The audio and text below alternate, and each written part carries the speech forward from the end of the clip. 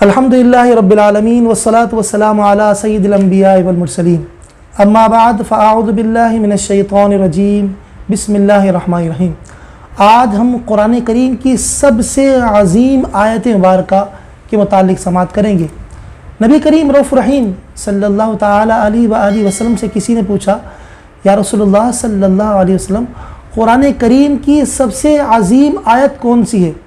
تو آقا دو عالم صلی اللہ علیہ وآلہ وسلم نے ارشاد فرمایا، اللہ لا الہ الا هو الحی القیوم، اور پوری آیت آپ نے تلاوت فرمائی۔ تو اس حدیث مبارکہ سے یہ بات واضح معلوم ہوتی ہے کہ قرآن کریم کی سب سے عظیم آیت آیت الکرسی کو فرمایا گیا۔ اسی طرح ایک اور روایت میں ہے کہ نبی کریم صلی اللہ تعالی علیہ وآلہ وسلم نے ارشاد فرمایا کہ جو شخص ہر فرض نماز کے بعد آیت الکرسی پڑھے گا، اللہ تبارک و تعالیٰ دوسری نماز تک اسے اپنی حفاظت میں رکھے گا، اور اس کی حفاظت صرف نبی، صدیق یا شہید ہی کرتے ہیں۔ اس حدیث سے آیت الکرسی کی کس قدر فضیلت واضح ہوتی ہے کہ جو ہر فرض نماز کے بعد آیت الکرسی کو پڑھے گا تو دوسری نماز تک اللہ رب العزت کی حفاظت میں رہے گا۔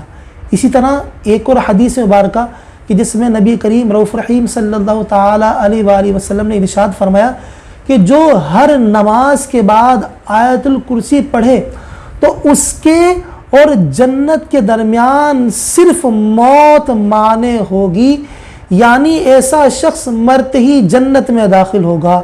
یہ فضیلت بھی کس قدر اعلیٰ فضیلت ہے کہ آیت الکرسی جو ہر نماز کے بعد پڑھے تو گویا مرتے ہی وہ جنت میں داخل ہوگا۔ اسی طرح حضرت قتادہ سے روایت ہے کہ جو شخص بستر پر لیٹ کر آیت الکرسی پڑھے گا تو 2 فرشتے صبح تک اس کی حفاظت کریں گے۔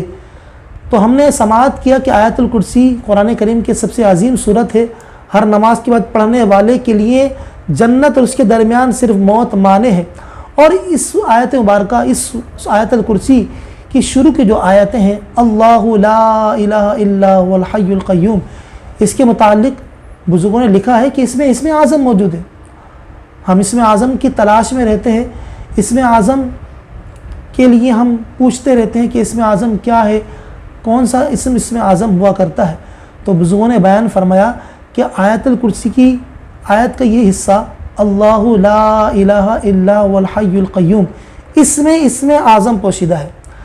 تو اس سے ہمیں معلوم چلتا ہے کہ اسم اعظم یا تو اللہ بھی ہو سکتا ہے، اللہ اسم جلالت، یہ بھی اسم اعظم ہو سکتا ہے، اور لا الہ الا ہو، یہ بھی اسم اعظم ہو سکتا ہے۔ اس کے علاوہ الحی، یہ بھی اسم اعظم ہو سکتا ہے، القیوم، یہ بھی اسم اعظم ہو سکتا ہے۔